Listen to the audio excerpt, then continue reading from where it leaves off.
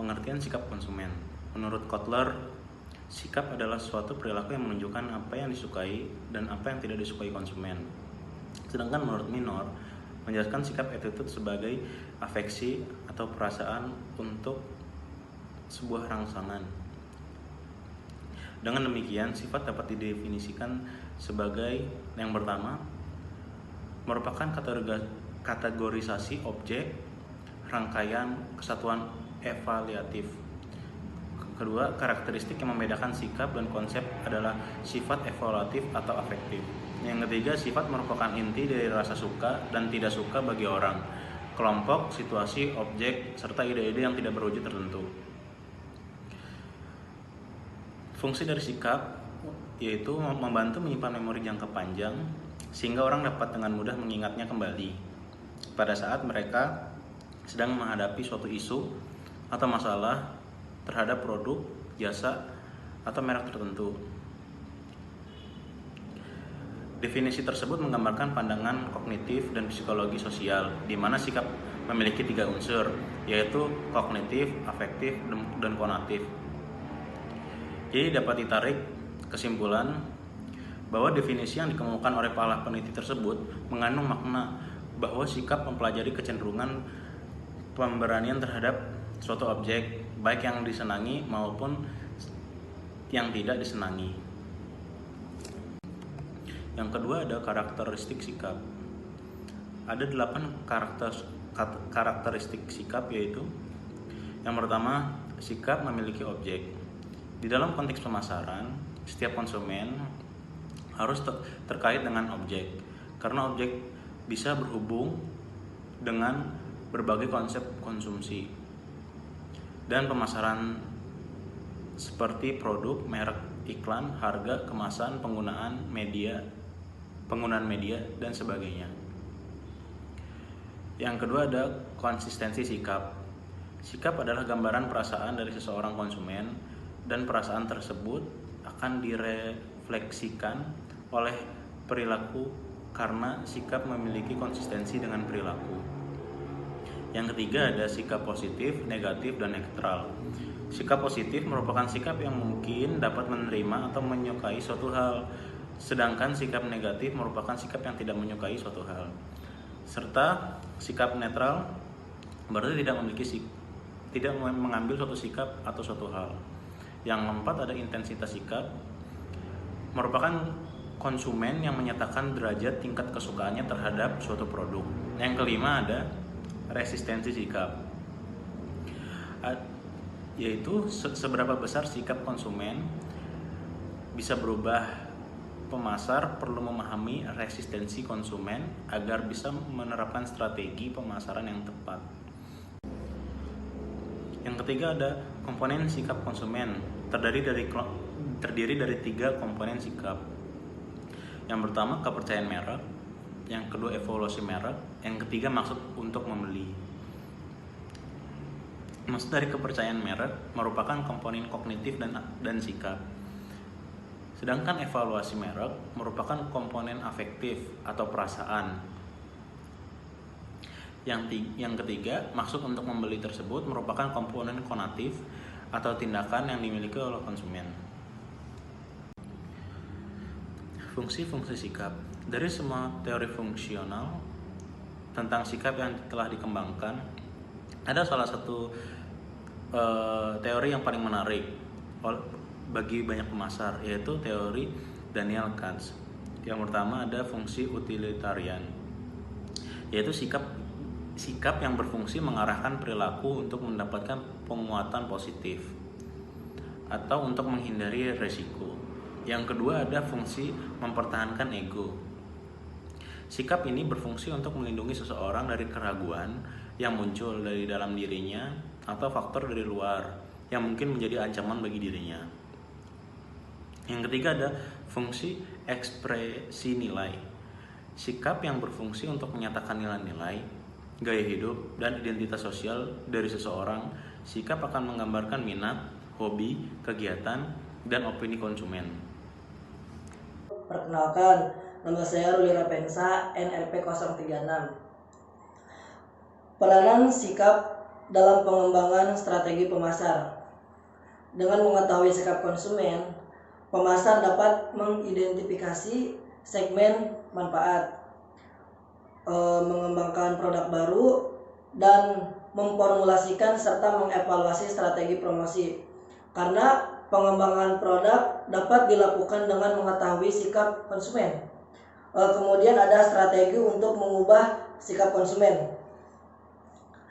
Mengombinasi beberapa fungsi, mengasosiasikan produk dengan sebuah kelompok dan peristiwa memecahkan konflik dua sikap yang berlawanan, mengubah evaluasi relatif, kemudian terhadap atribut, mengubah kepercayaan merek, menambahkan atribut pada produk, mengubah penilaian merek secara menyeluruh, kemudian mengubah kepercayaan terhadap merek pesaing. Adapun faktor yang mempengaruhi pembentukan sikap, yaitu ada pengalaman langsung.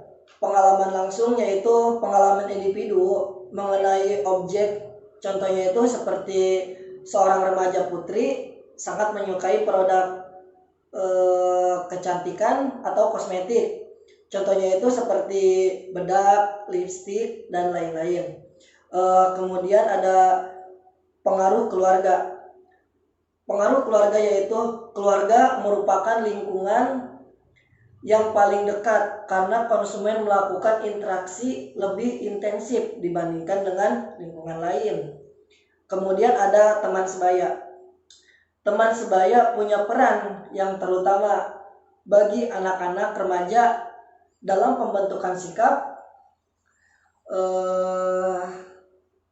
Adanya kecenderungan untuk mendorong para anak muda mudah dipengaruhi oleh kemampuannya dibandingkan sumber-sumber lainnya. Kemudian ada pemasaran langsung. Pemasaran langsung yaitu mulai banyaknya perusahaan yang menggunakan pemasaran langsung atas produk yang ditawarkannya. Contohnya itu seperti door to door atau menawarkan barang ke rumah-rumah. Kemudian yang terakhir ada tayangan media massa. Tayangan media massa merupakan media komunikasi yang hampir setiap saat dijumpai konsumen. Dapat dibentuk sikap konsumen karena peranan media ini sangat penting. Dalam pembentukan sikap. Contohnya itu seperti Facebook, Instagram, dan lain-lain.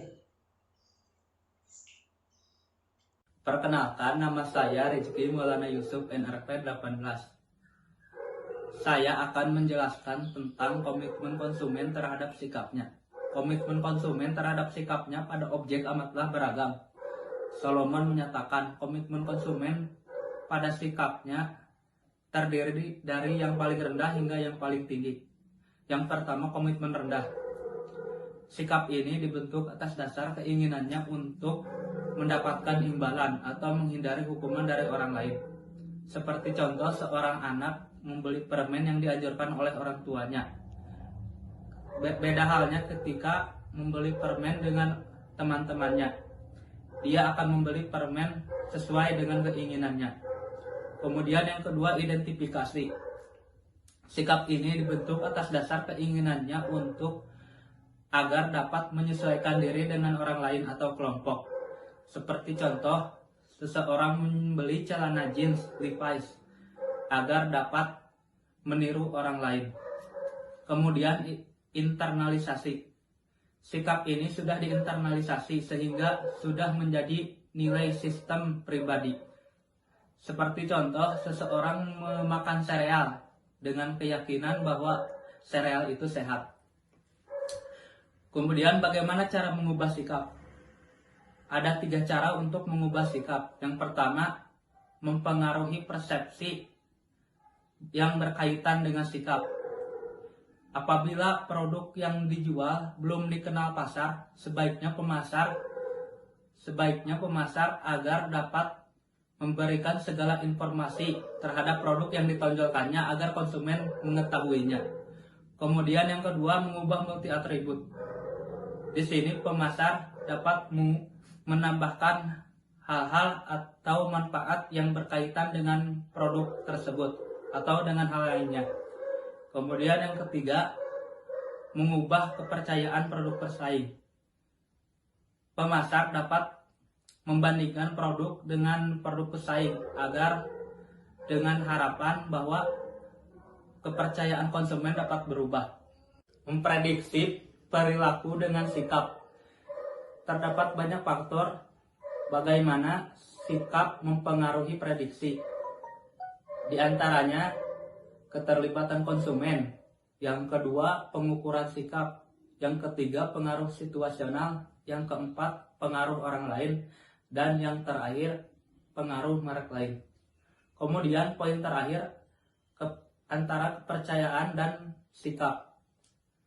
Bagaimana kepercayaan dapat mempengaruhi terhadap merek, bagaimana terhadap merek, dan bagaimana hubungan antara kepercayaan dan sikap dapat mempengaruhi perilaku. Hal ini menjadi hal yang harus diperhatikan oleh si pemasar.